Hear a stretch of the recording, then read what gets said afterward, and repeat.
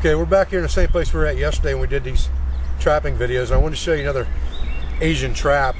It's a little bit similar to the scissor trap that we showed you in the past, but it's a bit different, a little simpler to make. Like I said, we've got the two Y branches that we used yesterday to make our trap already. We've got our spring device here with our piece of cordage on it from our bank line.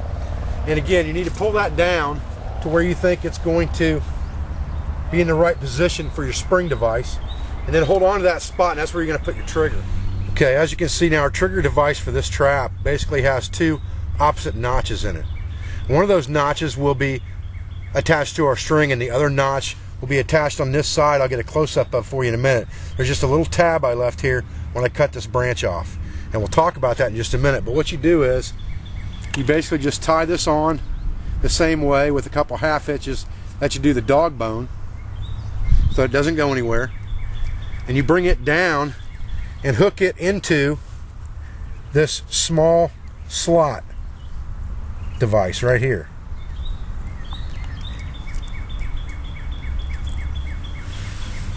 And basically when you do that, that becomes your trigger. And you bait the end of this point with a piece of fruit or whatever. And then what you do is you take your noose and you put your noose in between these two uprights so that the animal has to walk through this noose when he comes into this trap.